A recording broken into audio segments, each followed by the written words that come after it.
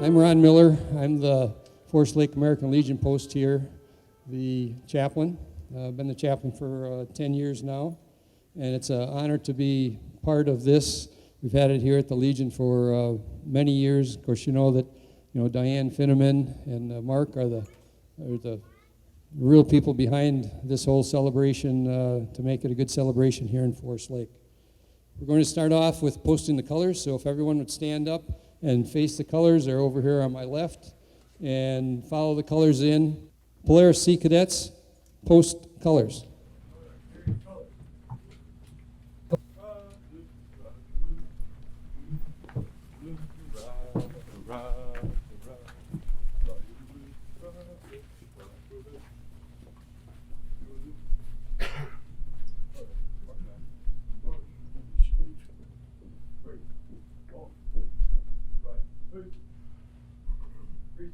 Arms.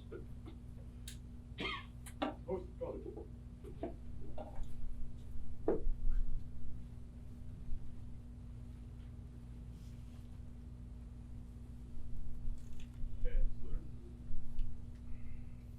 Oh, say, can you see by the dawn's early light what so proudly we hailed at the twilight's last gleaming, whose broad stripes and bright stars through the perilous fight o'er the ramparts we watched were so gallantly streaming, and the rocket's red glare, the bombs bursting in air, gave proof through the night that our flag was still there.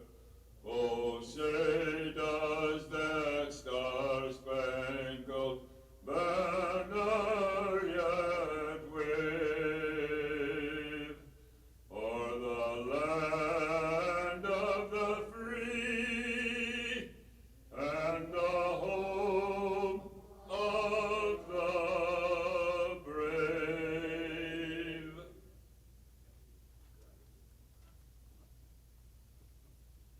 Color guard, you can retire.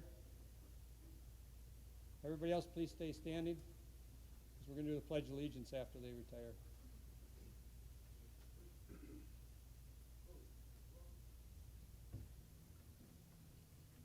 Our national anthem was sung by the late Al Ewert. He passed away last October at the young age of 92, I believe. It was 92 or 93. Okay, so at the young age of 93, World War II vet, Al Ewert, about this much taller than me, bald head. He was in charge of our color guard here for many, many years. So in honor of Al, you heard him. Let's go ahead and place our hand over our heart and pledge allegiance to our flag. I pledge allegiance to the flag of the United States of America and to the republic for which it stands, one nation, under God, indivisible, with liberty and justice for all. Thank you. You can take your seats, please.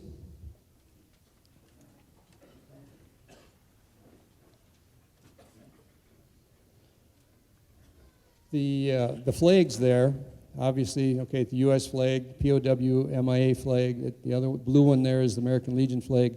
The yellow is the South Vietnamese flag, and we have a lot of South Vietnamese folks, military folks that are with us today, and they were last year and other years.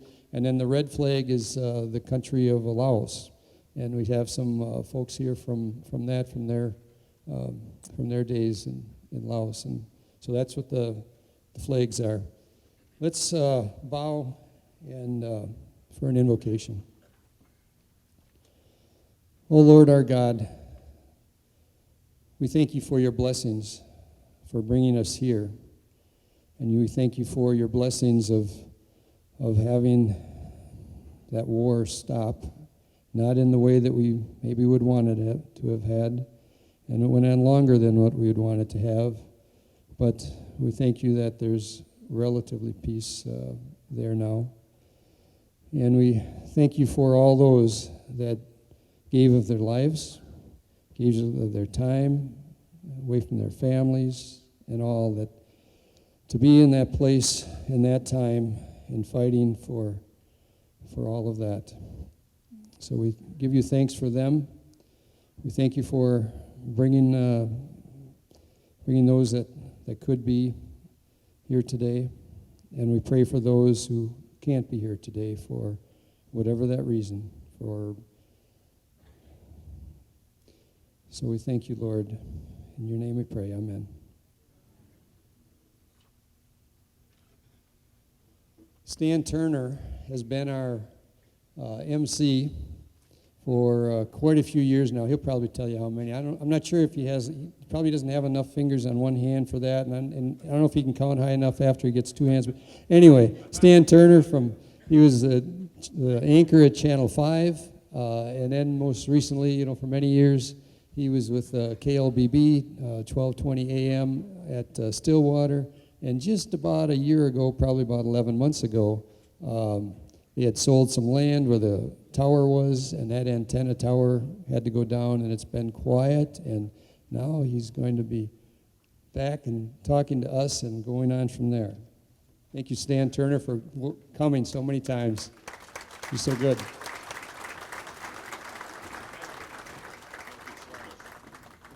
Thank you, Chaplain Ron. Ron, where can I get a pair of those shiny boots like you wear? Huh? That's what I want. Always so nicely turned out. And you too. Diane Finneman, where are you, Diane? Sweetheart, where are you? Yeah, back there she is. Look at that. This lady has done so many wonderful things for all of us over the years. How many of you are repeat attendees today? How many of you have been here before? Yeah. Then you know the programs, the quality of the programs that she and her cohorts put together, and they're fantastic. I have learned so much, been so inspired. It's an honor to be among you, to salute our Vietnam veterans, their family, their friends, all of you veterans, and all of you fine people. We have a sellout house today, Diane, don't we? I think they had to lay in some extra chairs here, and that's a very nice salute to all of the people we are saluting today. So, again, it's a great honor to be with you, and we've got another great program for you today. So let's get the ball rolling here. We always, as you know, have a scholarship recipient. The 2018 Vietnam Veterans Memorial Scholarship honoree. We do this in memory of Vietnam veteran Bruce Johnson from Forest Lake. Bruce, of course, was in Vietnam. He is a recipient of the Purple Heart, and he sadly passed away last August, but he is the man in whom we honor this. And the winning scholarship in memory of him, written by Kevin Buck. The topic this year, what was the importance and the risks of an infantry point man and dog handler during the Vietnam War? That sounds like a job not for the faint of heart, does it? Huh? Point of the spear, out front of the platoons and all the rest. So, Kevin Buck, a senior from Forest Lake High School, wrote the winning scholarship essay, and by golly, you know where he is right now, Kevin? He's in Mexico. He was forced to be there with his parents. But we're going to carry on gamely here, and I have the honor to read Kevin's winning essay here. It really is a beaut, too. And I just want to say something, it's kind of a preamble before I read it. He is saluting the combat dog handlers and the point men, and that's what this is all about. But he doesn't mean to slight any of you others who did other vital jobs, like airborne, everything. All of you guys and gals participated and have an equal standing in terms of your valor and your courage and all the rest. So just keep in mind as you hear Kevin's words that he is focused on this particular and very dangerous, of course all your jobs were dangerous, but this particular thing we're talking about today, the point dog and the point men in the infantry. This is called The Forgotten Hero.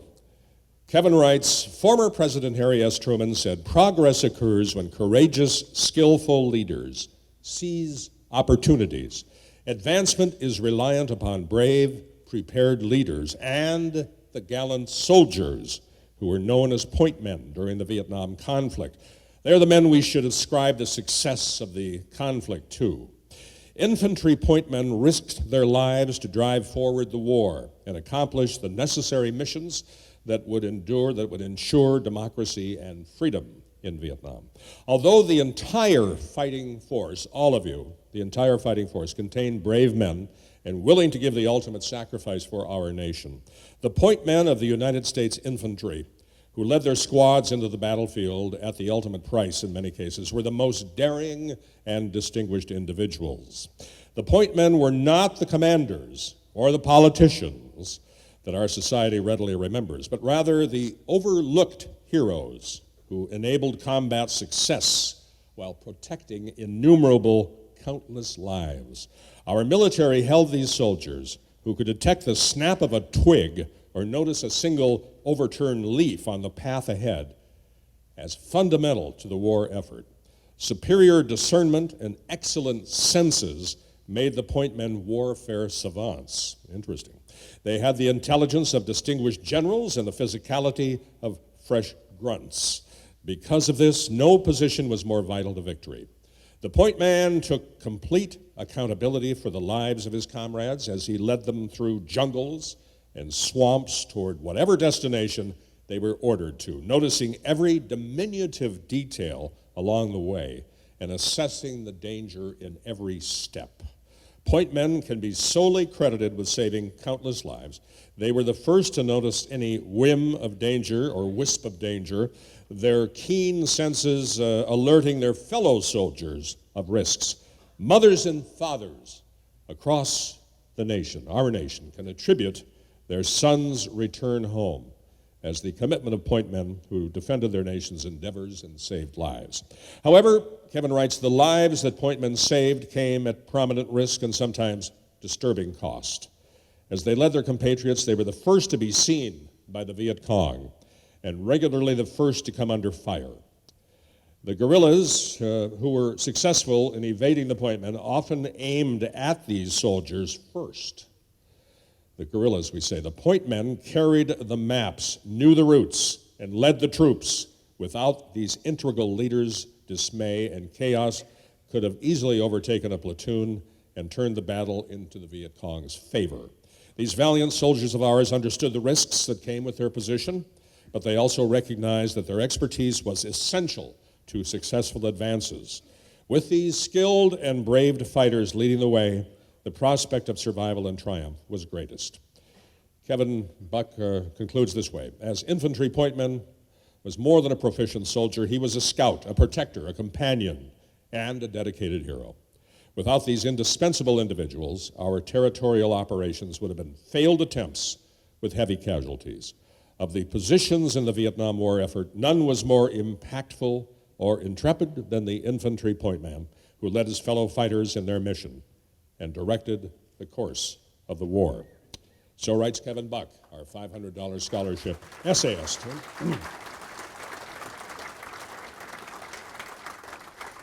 Kevin, can you hear us down there in Mexico? If you can, congratulations and thank you. Mentioned the honor going, of course, this year we honor the memory of Bruce Johnson from Forest Lake, Vietnam vet, and Bruce's son, Jesse Johnson, is with us to share some words and some thoughts. So if you could please come forward, Jess, appreciate it. Thank you.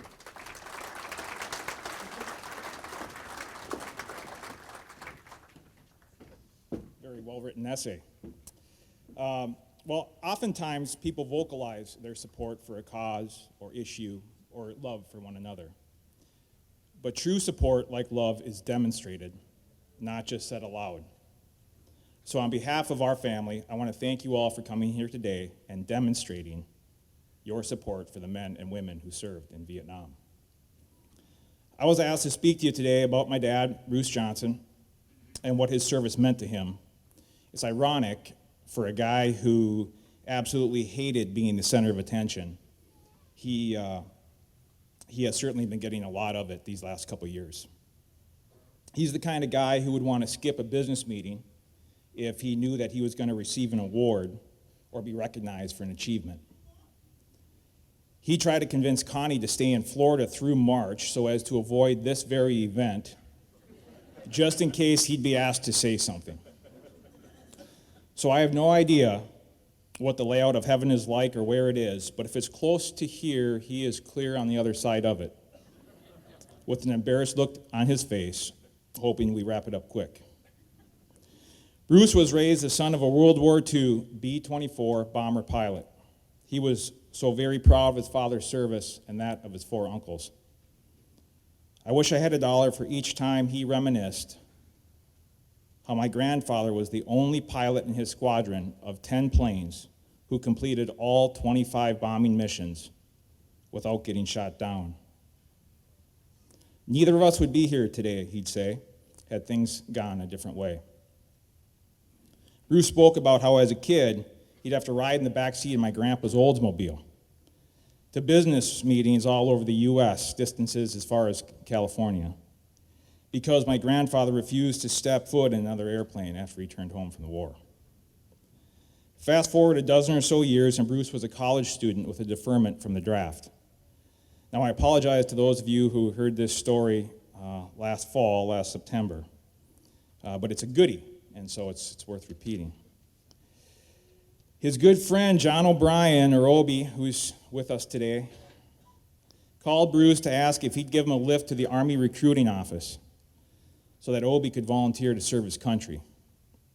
As I understand it, Obi was accepted, but the time until departure for basic was longer than he had hoped. So Obi asked the Army guy, what if there's 2 of us?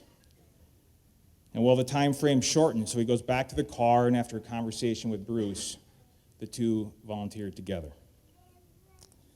For the next 50 years, my dad asked Obi, "You got any other good ideas?" While I never asked my dad, I think the service of his father and his uncles, their legacy, motivated that decision to enlist. Bruce arrived in Vietnam in July of 1967 and was assigned to the 11th Armored Cavalry. It was a 50 cal gunner on one of their tracks.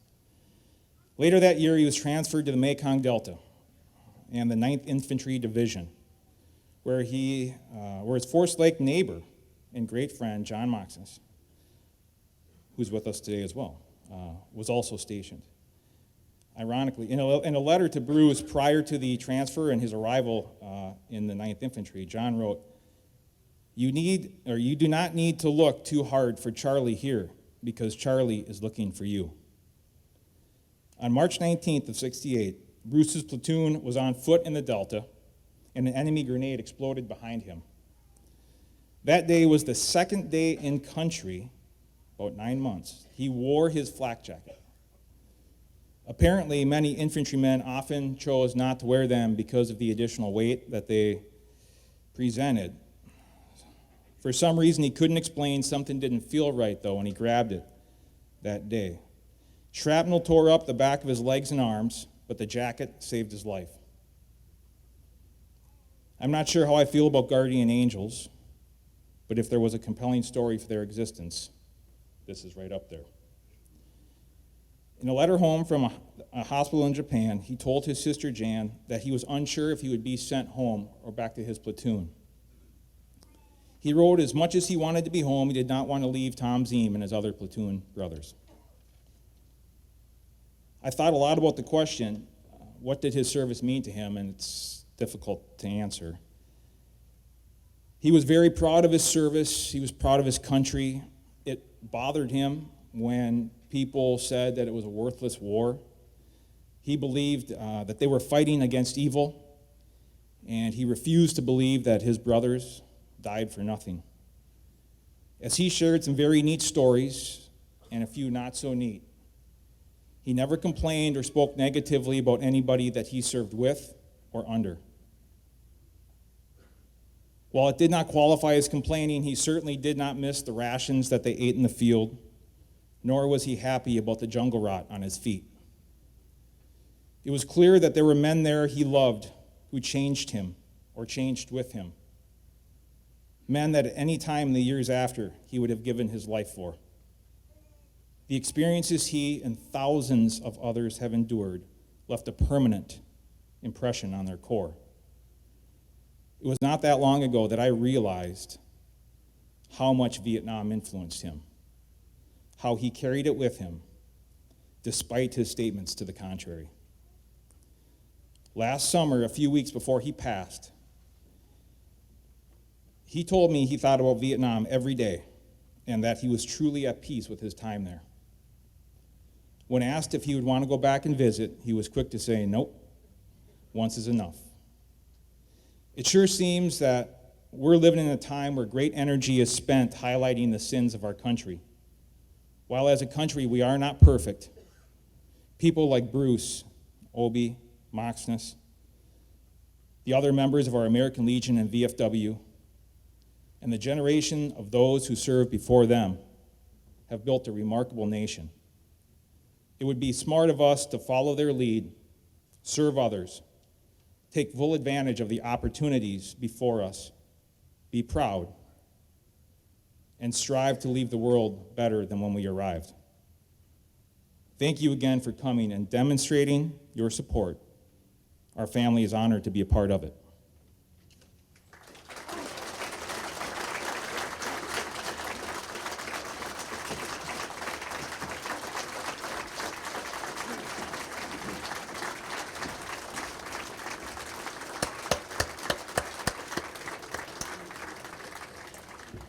I've never heard better words than what we just heard, ever. I would be honored if I could get a copy of your remarks sometime. Jesse, I would, really. I think a lot of us feel the same way. Thank you. And by the way, put me down among those who believe in guardian angels, will you? Because I do. It's true. Well, we have a certain presentation, a very special one, for your mom, okay? Are we ready to do that? I think Diane is on it. And we're not only on it, but it's arrived. Special delivery. And there it is. Thank you. Mrs. Johnson, Bruce Johnson, beautiful wife. Thank you.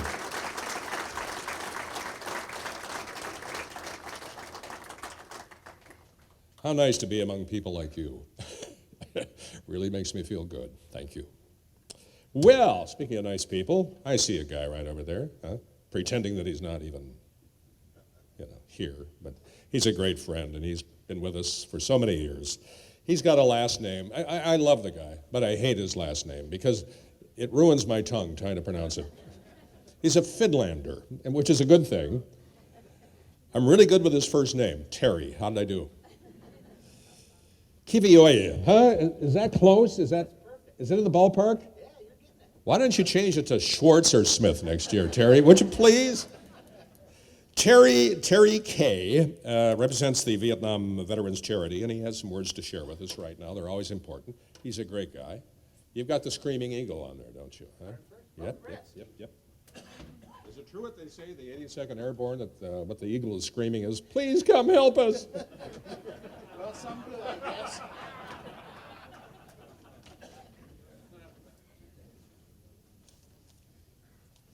Thanks, Dan. It's mostly a pleasure being here today. I'm not sure how many times I've been here for this. Quite a few, I think. Diane, maybe you know. But it's a pleasure for us as Minnesota Vietnam Veterans Charity to have a scholarship awarded to the winner of the contest every year. Again, I thought this year's winner again was outstanding. I thought they did a terrific job. And I'm here to present that. Now, seeing he's not here, we'll call it a ransom or something.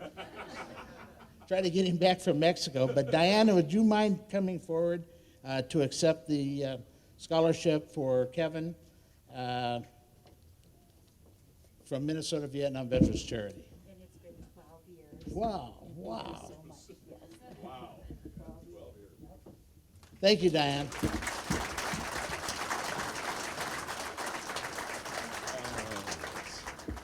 I was going to say, Terry, I'd hold on to that check for you. You know. Ladies and gentlemen, this brings us to the point in the program where we have our featured speaker. The man's name is Jerry Miron. Jerry Miron, you are in for a real treat here today. How about if you were looking for a job and you looked at the postings, scout dog handler and infantry point man, huh? Yeah, well, I might run the other way. This man didn't. He served faithfully and courageously, like all of you vets did. And Jerry is going to give us a special presentation with the aid of some slides about his time in Vietnam in country, 1968-69. He'll fill in all the details of what it was like to be the point of the spear. You heard in Kevin's essay a bit of what that was like. And so we are going to be transported back to that awful time and that dangerous time. And thank God for people like Bruce Johnson and Jerry Miron and Terry and all of you wonderful men and women. It's an absolute privilege, an honor to hear from you. And I'd like to right now have you give a warm welcome to Jerry Miron of the Big Red 1, the 1st Infantry Division.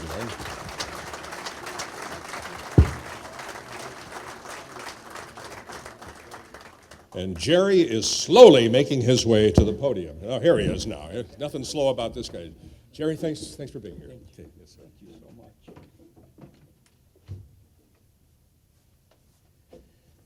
Well, good afternoon, everybody. As it's been mentioned, my name is Jerry Miron. I am, let's start out a little bit about, I've been married for 45 years now, and I have a wife and 3 kids. I had 4. We lost a kid as a Down syndrome child years ago, and I've got to say that if it wasn't for my family, if it wasn't for my wife and my kids, I never would have made it through. They were such a strong, strong support for me to be able to make it through. I remember coming home from Vietnam, and it was my second day coming home. And I finally met some buddies of ours, and I remember one of them asking, "Hey, Jerry, what did you do over there in Vietnam?"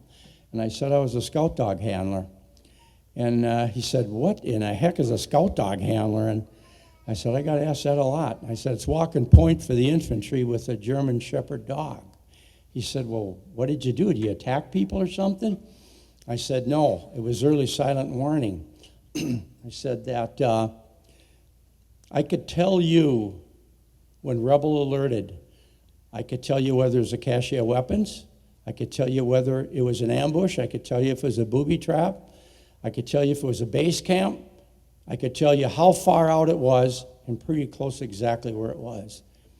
He looked at me and he said, "Jerry," can we plug there? "Jerry, you are so full of," well, you see, we are so full of crap, Jerry. There's no way in heck anybody could do that. And right then and there, I made up my mind. Bam, I shut down. I shut down and I refused to talk. I didn't talk for 45 years. And that's like a lot of friends that I meet, that we don't talk for a long period of time. I want to say to some of my relatives that are here now that they're going to hear some stories that they've never heard before because I just wasn't ready to talk. And now I am, and so some of these stories are starting to come out. I might grab this mic and roam around or something. I don't know for sure. But let's start out. I got drafted in 1967, December 1967, and started out in Fort Campbell, Kentucky, is where my basic training is. And of course, what basic training is they break you down.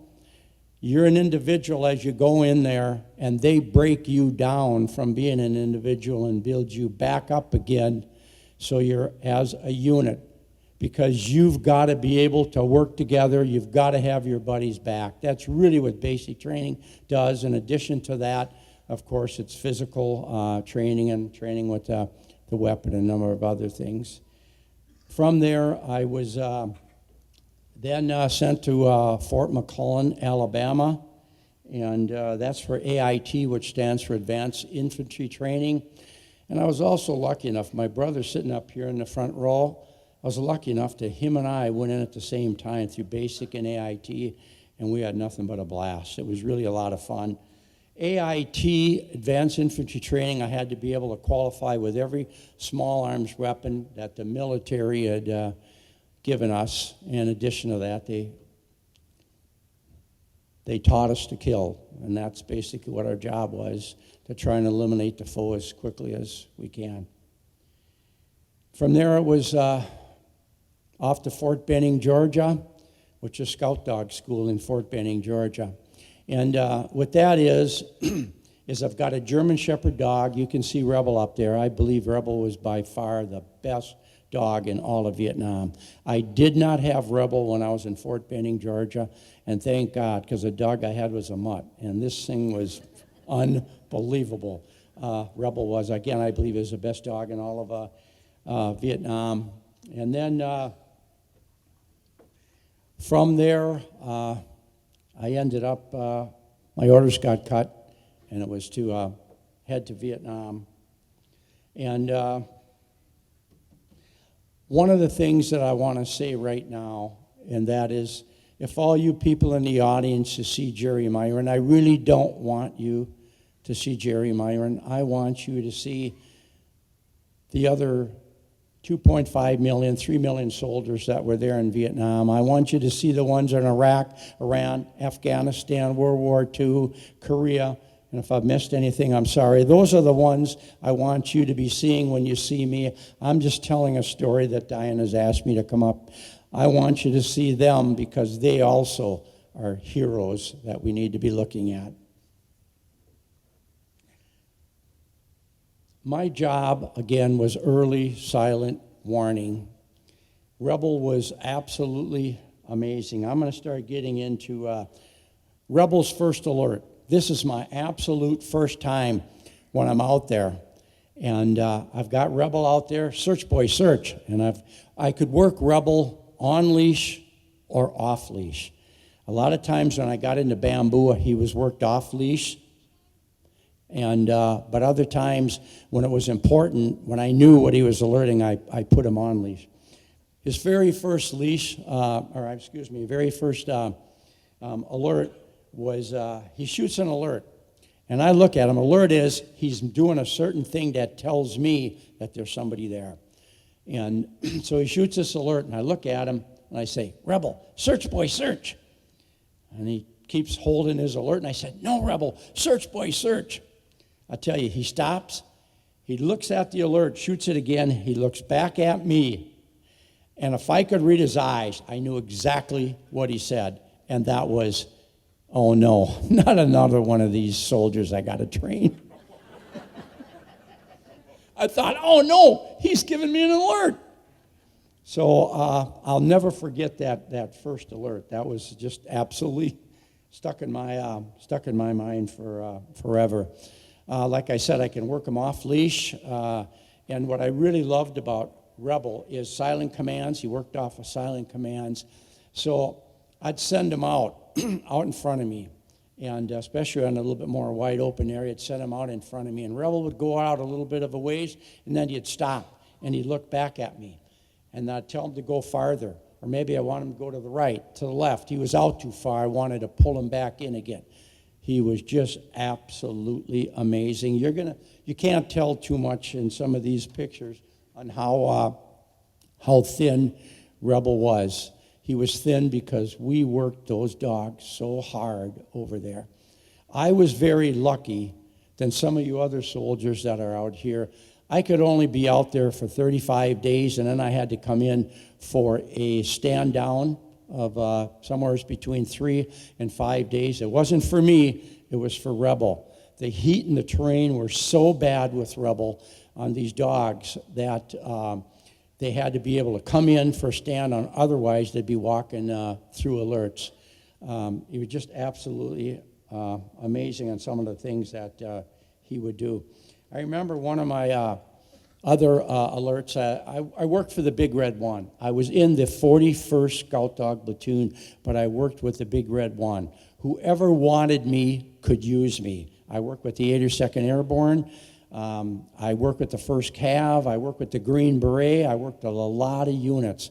I never worked with the Screaming Eagles because they had their own scout dogs up there, so they didn't need us at all. I remember the first one of these alerts that I called, and I said it was a cache of weapons or a cache of food that was out there.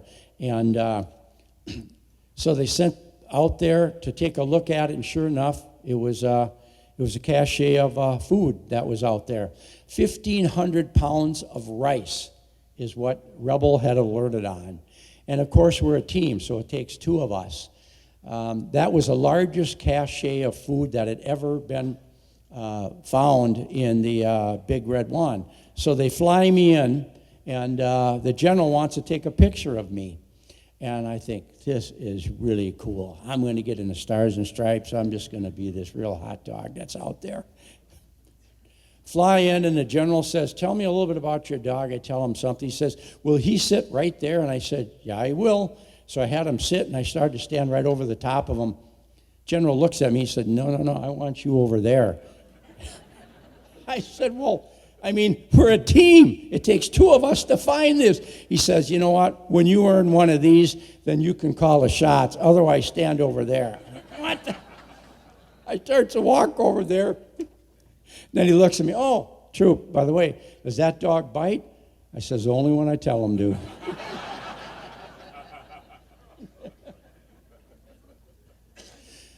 One of the troubles with being over there, being so young, is that's just it. You're young looking. And if you can see some of my pictures there on how young looking I was, that at times became a disadvantage. And I'll tell you a story here. I remember calling an alert, and I called an alert, and they said, over to the left, there's a ambush that's out there, 250 meters out on the left.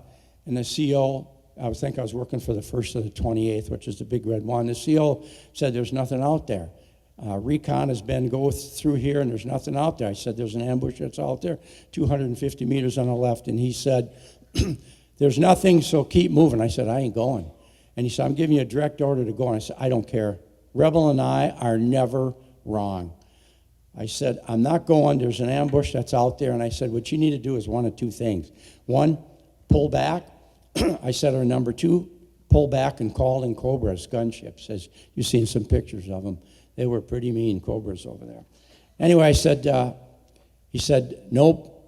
I said, I am not moving forward. So he said, well, all right, I'm going to call a cluster of 5 guys. He picked 5 guys. He said, I'm going to send them out there. I said, don't. It's out there. It's out there. Call gunships in. He said, stand down. I'm sending the 5 guys out. So I said, okay, I want to talk to them first. He said, fine, there they are. I went up and I talked to these guys, and I said to them, Rebel is never wrong. There's an ambush that's out there. You know what the drill is. You got to keep your guns off safe. You got to spread out. They're there. I'm telling you, when you see the fear on somebody's face, you're never going to forget it. You see the fear on their face that they know what they're walking into because they trusted me. All 5 were killed. All 5 of the guys were killed. I looked over at the CO and I said, why the heck do you have me out here if you're not going to listen to me? And he looked at me and he said, but you're so young. You're so young looking. I didn't think you knew what the hell you were doing. I said, you know what? Maybe you should be the one that should be contacting the mothers of these guys and telling them that. But I said, if you're not going to listen to me, then you ought to send me back.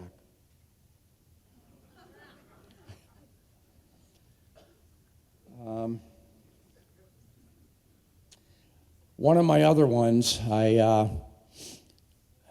got picked, and typically what'll happen is orders will come through as we're out at our unit, 41st Scout Dog. Orders will come through. We want your Scout Dog team out there.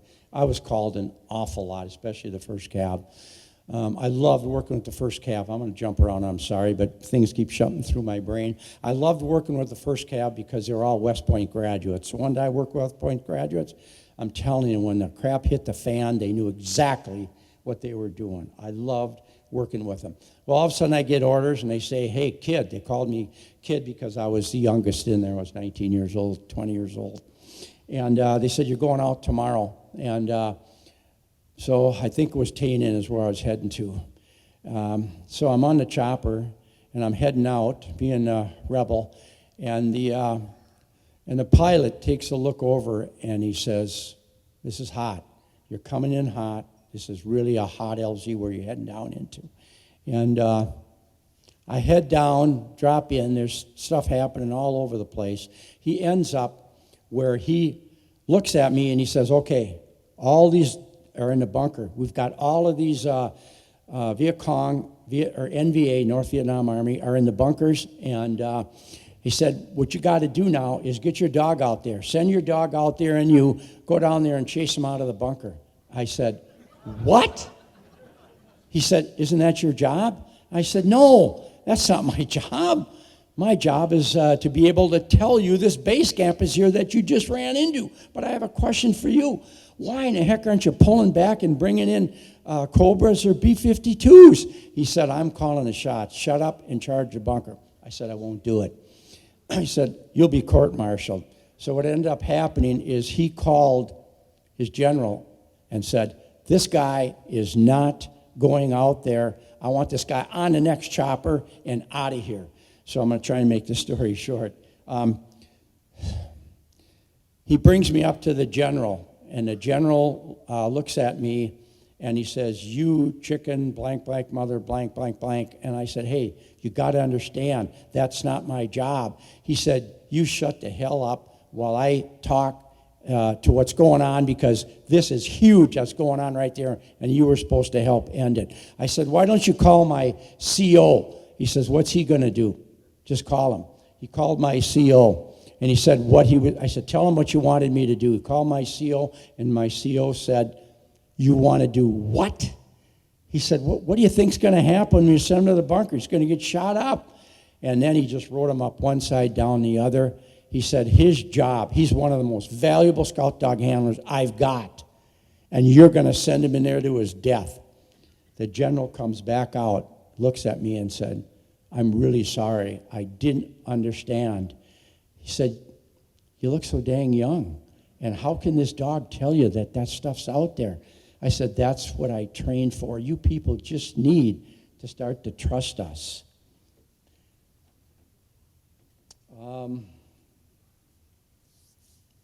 Orange Grove. One of the things that I've been able to do, and that is I've been able to take my mind and move from one place to another. And here's how I'm able to do it. I'll tell you a quick story on the Orange Grove. I remember we were out there on patrol, and we hit an orange grove. And the oranges are about that big over there. The peelings are about that thick on them, but they're not tangy like ours are here. They're real juicy because of a lot of the monsoons. And so our CO said, okay, set up the perimeter, and we're just going to set up here for a while. We're going to have some lunch. I said, lunch break, I love that. I mean, I never heard about lunch break. Anyway, he said, we're going to set up here, and we're going to have some lunch. And we set up, and then we started talking and laughing and just having a real good time. And then about an hour or two later, the CO calls all of us together and said, we're going to spend the night here. And we thought, hey, this is really cool. He said, no, we're going to spend a night here because I want to tell you, we're heading to Tainin tomorrow. And every one of us knew what Tainin was. And he looked at us. He said, I really want you guys to have a lot of fun. Because 25% of you aren't coming back. And when you hear that, the first thing you do is you look around and you say, God, I wonder if it's going to be him. I wonder if it's going to be him. I wonder if it's going to be me. So what I'm able to do is take my mind from one spot and go over to the Orange Grove and kind of remember some of those things that happened there. One of the things in regards to firefights that I can't understand. I do now, but at that time I did. When you're in the middle of a firefight, it seems like when it's done, it's lasted 3.5 hours. And you find out that in reality, it's only lasted somewhere around 20 minutes. And you believe that it's lasted an hour and a half. But I believe what it is, you get adrenaline high. I used to get an adrenaline high out of being in a firefight. And as soon as the firefight was over, you get this huge, huge low. And the reason why that I believe is because you're cheating death. And your mind knows that you're cheating death. And so you get this huge, huge low. And I can't explain why you get a high. And your low is because people die in this. And you're saying, what the hell's wrong with me? Am I crazy? What's wrong with me? Some of the things that happen when you're over there. To me, this one was kind of a tough one that I'd already been out for about 35 days. I'd been out for about 35 days, and it was time for me to go in. Last chopper coming in and going out was a medevac, and that was my only way out. They said, we're not getting supplies for another 12 to 15 days. You got to take this medevac out. And on the medevac was loaded, all loaded with wounded.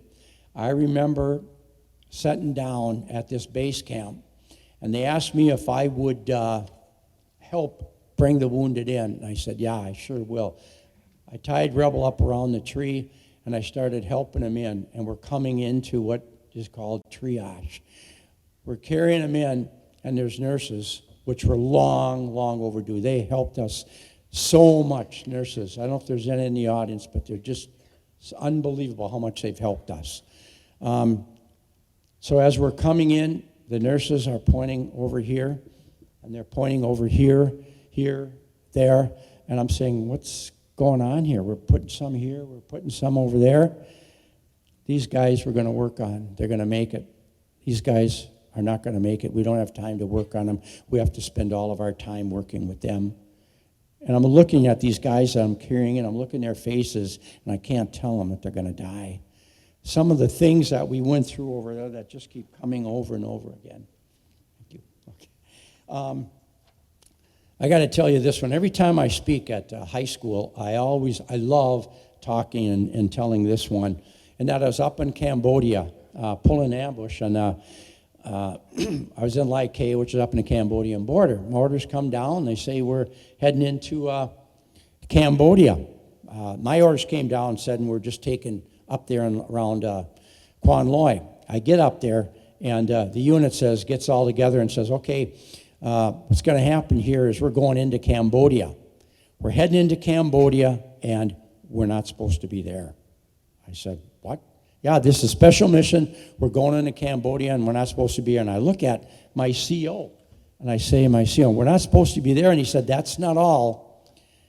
The United States government is not going to back us up if you get caught. So if we get caught, we're on our own. I looked, I said, CO, I got a great idea. Let's just not go. He said, shut the hell up and get on the chopper, dog, man. We get there, and it must have been about 15 days. Now, I was a paper boy when I was growing up, and when you're in combat, you can get 6, 10 letters a day, and it just seems like that's not enough. I said, how do I stay close to home? I said, I know, I'm going to order the St. Paul paper. So I ordered the St. Paul paper, and our food and our ammunition would come about every 10 to 12 days. So all of a sudden, it comes, and they got 10, 12 papers that are laying there on the ground. I say, I don't know. This one looks good. So I grab that paper. I pull it open. Remember, we're in Cambodia pulling ambush. I open it up, and headlines reads, President Nixon denies it. President Nixon denies we're in Cambodia. Saying, what? Guys, look at this. We're not here. I love telling that story to high school and college guys because I tell them over and over again, don't trust everything that your military is telling you. What your government is telling you. We could talk about Westmoreland, and we could say some things about that too, but I'll stay away from that.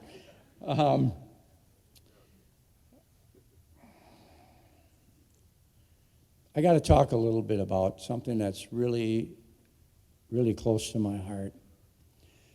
Every time I talk, I speak about this. Let's first tell you what I skate. You see this here, my jersey? I skate for the Minnesota Warriors ice hockey, which is all wounded or otherwise disabled combat veterans that use ice hockey as their outlet for stress. I'm a goalie for them. We started out, we started out 6 years ago with 5 skaters. We're now up to 65 skaters, and 9 of them are women. And what's really, really cool about this whole thing, not one suicide, not one. When I go out and talk, one of the questions I always ask is, so throughout the entire United States, on a monthly basis, how many veterans commit suicide? And you know what my average answer back is? 10. The average answer back to me is 10. You know what the true answer is? 680 a month. 680 veterans commit suicide every single month. And what I'm told is that 24 states report, 26 don't. I don't know if that's true. I read it. Didn't research it. If that's the truth, then you got 1,200 a month that are committing suicide. Why is it that everybody thinks that it's around 10? Why is it that nobody knows what the true figure is? Why aren't people talking and caring about what's happening to our veterans over and over and over again? There's a movie, a documentary that I was in. It's called Iron Will. Iron Will, Veterans Battle with PTSD. That one is, it's one that talks a lot about people being in combat. I was one of the 38 that were in that movie and in that documentary. And it started out with 55 of them.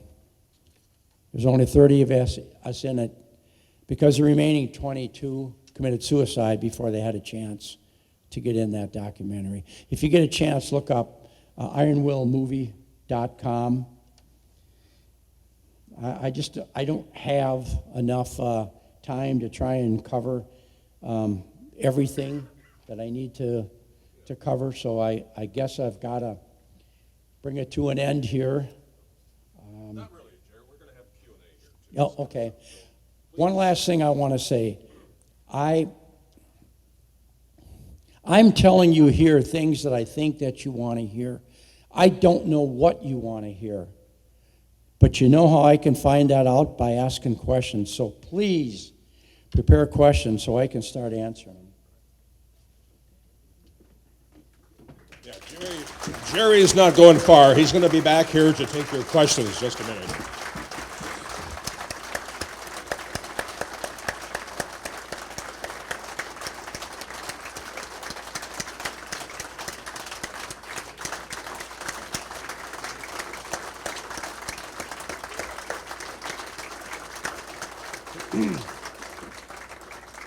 Well done, Jerry Miron. Thank you in many ways. Jerry will be back here in just a second to take your questions. In the meantime, he had asked that I read a poem, a favorite of his, by a guy he's never met, doesn't really know much about him, except he's a pretty good writer when it comes to poetry. Spec 4 Lyle C. Kruger. We don't know his unit. We really don't know, do we? Okay. 101st. Okay. Well, that's a pretty good outfit, isn't it, Terry? Yeah. Okay, this poem, Jerry said, came out of Stars and Stripes, the military newspaper, of course. It's called When a Soldier Leaves Home. This is a poem very near and dear to your heart, and I'm guessing all of you too. When a soldier leaves home to set foot in this land, he encounters many things he does not understand. He's taught all his life, thou shalt not kill, then sent out for some blood against his will. He's told this is not an all-out war, but in a week, GIs fall, mounting to thousands or more. He looks for the enemy, alert and prepared. He's said to be brave, but ask him. He's scared. He pushes through jungle, no thicker you'll find, arms bloody from leeches, thorns, and vines, hands swollen from mosquitoes and other insect bites. He puts it aside and is ready to fight. When the enemy strikes, many men will die. There's no time for mourning, no time to ask why. No one could imagine or possibly know what goes through his mind, what he tries not to show with the enemy at hand. He grows tense. He uses this knowledge and plain common sense to dispose of his foe the best way he can. Yesterday's boy has become a man. End of poem. Thank you, Jared. Why don't you come back up?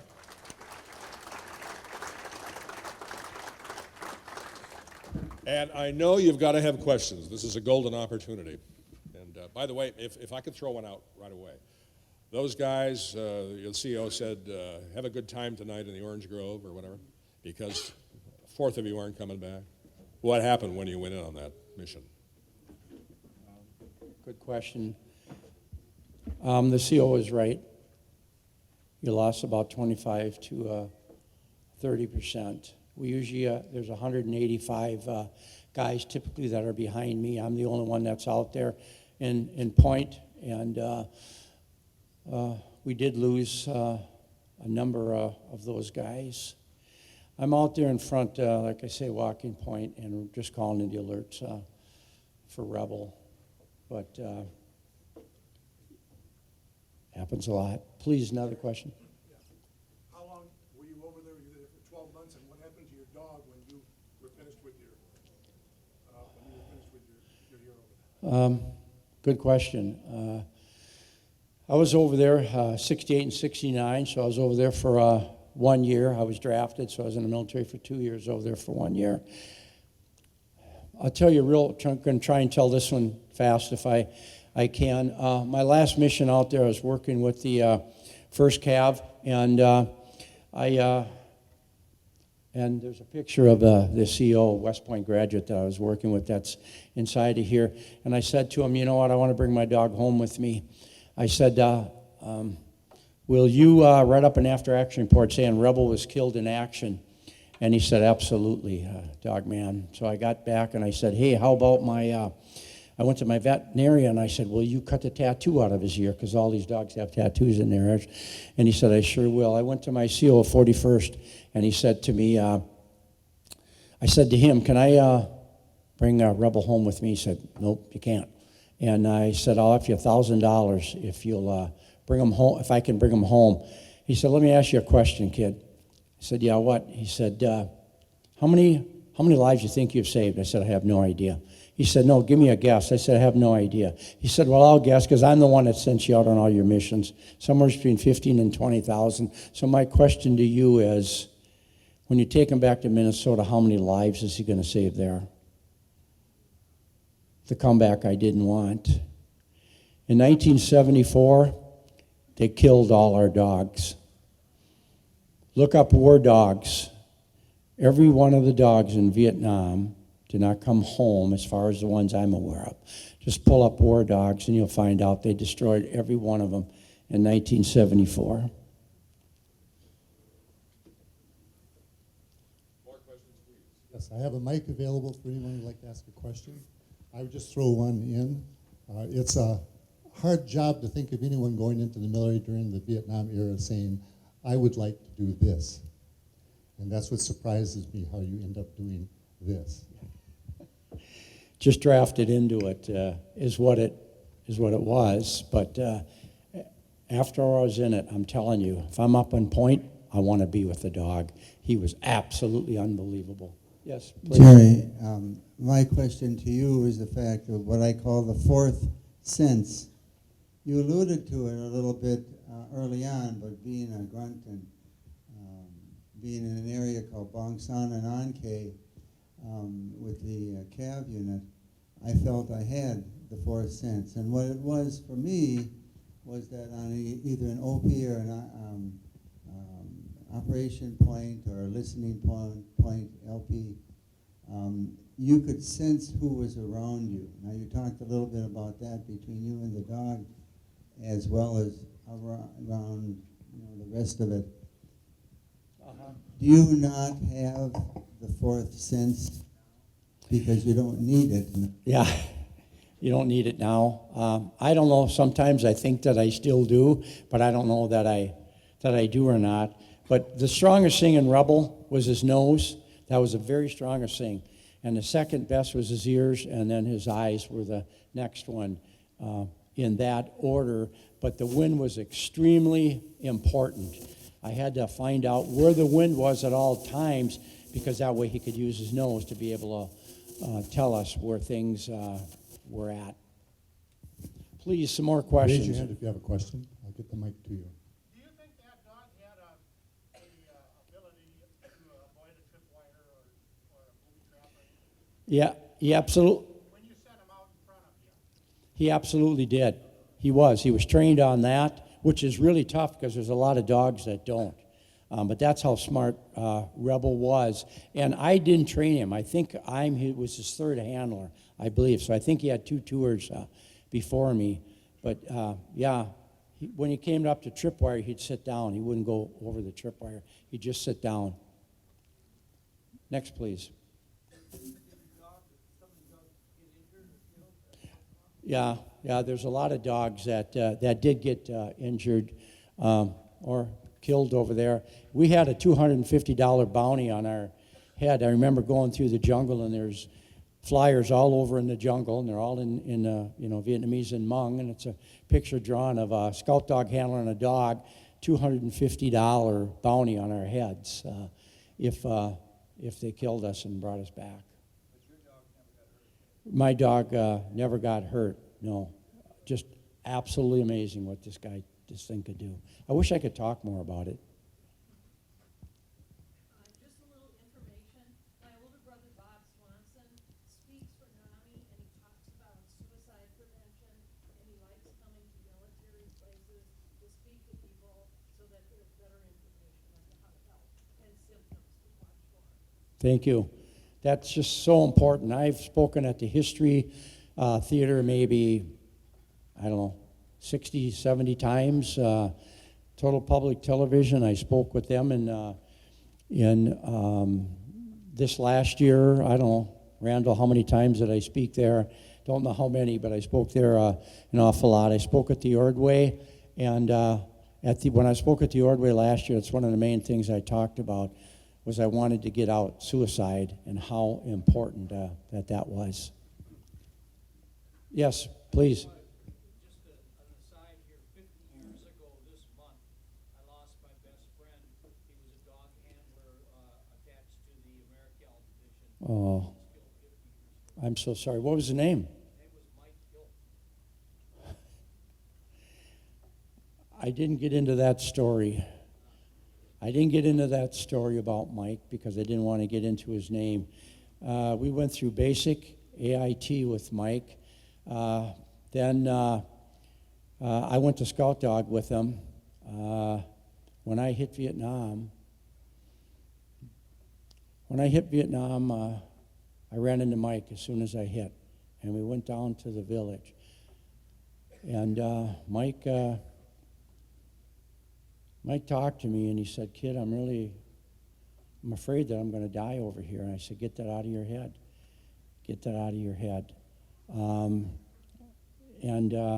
Ranning, which was another scout dog handler, friend of mine, wrote me and said he was killed. So sometimes it's hard to get into some of those stories. My brother and I knew him really well. He was a good man, good guy. Tough little Irish. Excuse me, one last thing. I read his name up at the wall when the Vietnam Memorial Wall came here. I was up there reading names, and I read his name. I specifically chose that. Sir. A little louder, please, if you could. I'm Ruben Pensky, this is Rocket Blondie, and we're training 18 of her grandkids to be service dogs and vets. Do you believe that your dog communicated with you telepathically? I guess I was never trained on that, and if it did, I don't know, but I will tell you that I always seemed to know exactly what he was. I was over there for 9 months. And I don't care. After my 9 month, I don't care what Rebel did. I could tell you why he did it. Didn't matter what it was. I could tell you what it was. And here's something really interesting. About 6 months ago, my wife said to me, Jerry, are you watching 60 Minutes? And I said, no. She said, watch it. Remember the story I told you a little bit earlier about my friend that said, you're full of blankety blank? There's no way.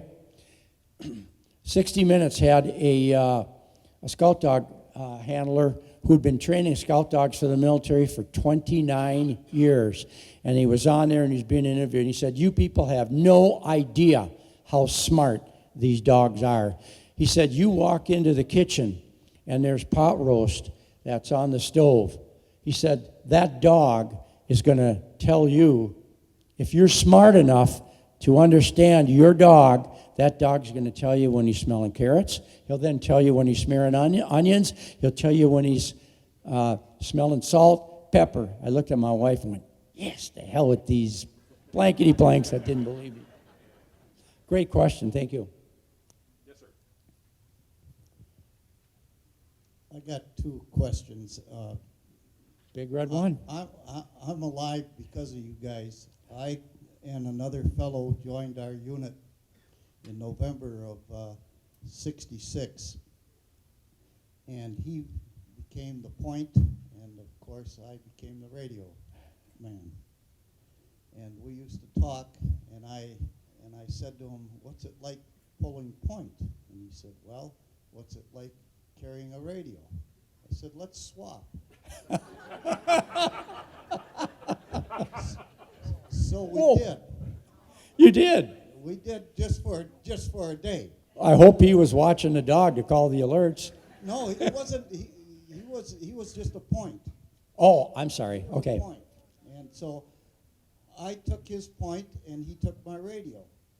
And we were going through some thick jungle, and all of a sudden I came up on a well-worn path coming across my front, and I got a tap on my shoulder, and I stopped and I turned around, and here was this dog handler. He said, "We'll take it across the path here." He took one step, and the dog was dead, and he was dead. Oh, no. That quick. So he didn't alert. I don't know what it was, but it was him and not me.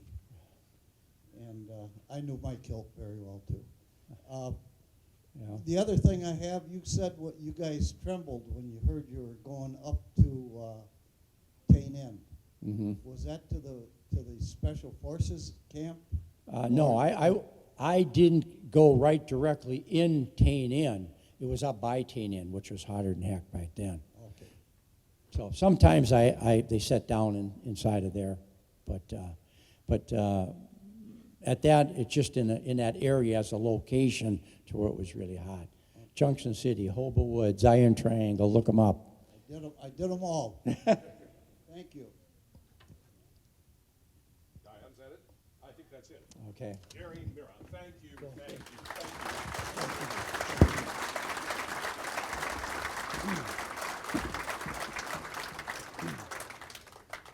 We won't soon be forgetting that, will we? Another excellent program, Diane Finneman. Thank you. Well, folks, a couple of thank yous here before we wrap it up here. Gee whiz, time does fly. We want to thank the Chisago County Historical Society for some of the displays around here. Excellent displays, as usual. And you folks ought to check out the displays, and there's information around here for, things you're interested in, things we've talked about today. So please do avail the opportunity. We want to thank the American Legion for hosting again this year. American Legion Commander Terry Larson. Terry, yep. Thank you, Terry. And the Washington County Veteran Services, Ryan Caraful. And now we bring back the Sea Cadets to retire the colors for us and wrap up this amazing afternoon. Yes. Diane Finneman, you come forward. Jerry is over here. He'd like to make some announcements for the veterans. Okay. Yeah. We have a couple of more announcements here, which are important, and we'll take care of that right now. Thanks, Dan. You've got 5 seconds? Okay. No, I.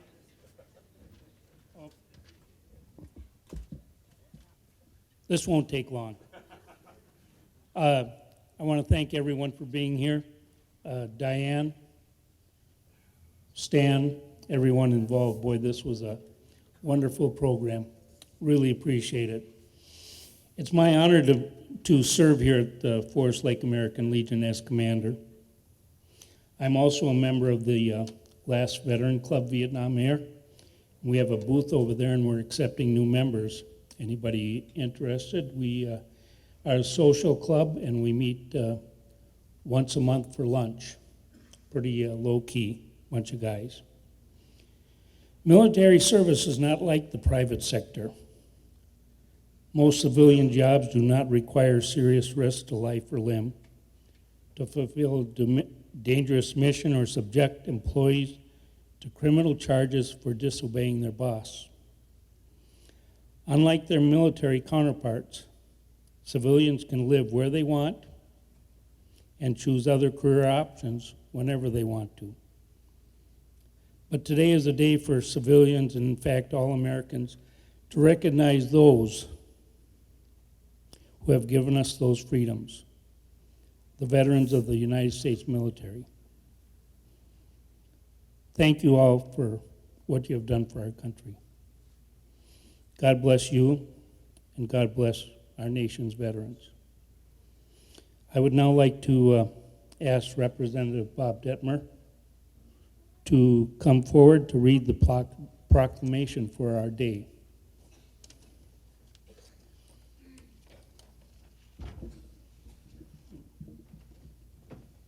Thank you, Terry. And a few years back, Diane Finneman came to the Capitol, and she had something on her mind that she wanted us to have here in Minnesota. And it's an official day, March 29, 2019. And Representative Howe and myself put together some legislation to dedicate this day as Vietnam War Day here in Minnesota. I had another resolution just drawn up. I'd like to just quickly read it to you. House Resolution commemorating March 29, 2019 as Vietnam War Veterans Day in Minnesota. Whereas the Vietnam War was a conflict in which the United States and other members of the Southeast Asia Treaty Organization joined with the South Vietnam forces to contest communist forces in North Vietnam and Cambodia and Laos. And whereas the United States had the largest foreign military presence in the military war and directed the war effort from 1965 to 1973, whereas more than 8 million United States troops served around the world during the Vietnam War and more than 58,000 died in Vietnam theater of operations, whereas veterans who returned home did not receive the proper recognition that many not received any recognition for their service at all. Whereas on March 29, 1973, the last United States combat troops were withdrawn from Vietnam. And on February 26, 1974, President Nixon issued a proclamation commemorating March 29, 1974 as National Vietnam War Veterans Day. And whereas on March 27, 2008, this is where Diane came in, Governor Tim Pawlenty signed a bill into law designating March 29th as Vietnam Veterans Day in Minnesota. And whereas in March 28, 2017, President Donald Trump signed the Vietnam War Veterans Recognition Act of 2017 to encourage the United States flag be flown in the nation's Vietnam War Veterans Day every March 29th. Now, therefore, be it resolved by the Committee on the Rules, Legislation, Administration of the House of Representatives of the State of Minnesota that it commemorates March 29, 2019 as Vietnam War Veterans Day in Minnesota in recognition for the sacrifices that veterans and their families made during the Vietnam War. Signed by Melissa Hortman, Speaker of the House of Representatives, Ryan Winkler, Chair of the Rules of Legislation, and Rob Eklund, State Representative, and myself, Bob Detmer, your State Representative. And Diane, thank you for coming to that Capitol and bringing your message, because you had a heart for your brother. Thank you very much.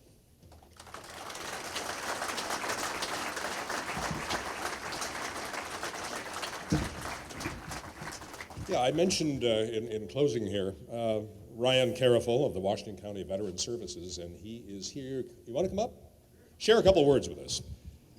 And I think we'll go right around the room and have all of you come up here. Thank you.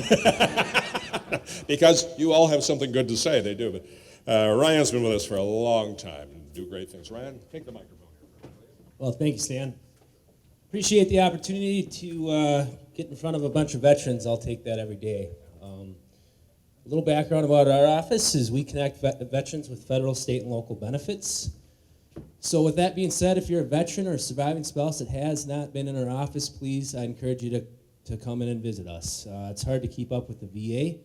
A lot of things are changing right now, specifically for our Vietnam veterans. They're talking about adding presumptive illnesses to our list, or to the presumptive list, which is presumed illnesses associated with exposure to Agent Orange in Vietnam.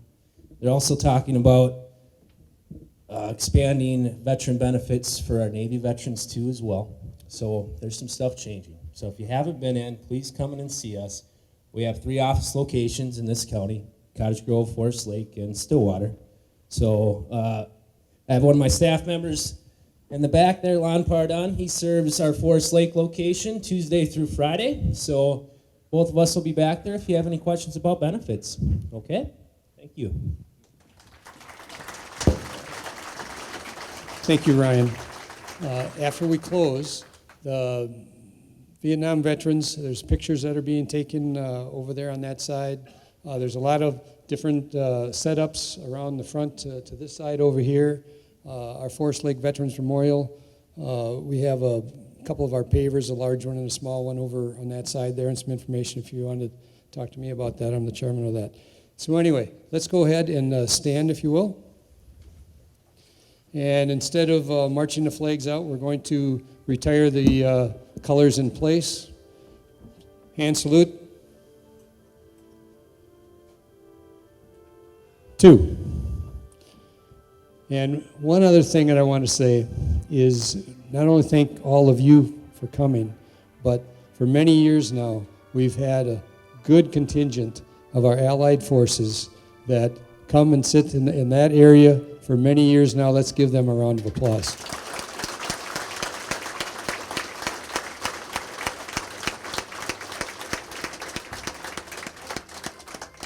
Thank you all for coming, and thank you, Diane and Mark, for putting this all together again.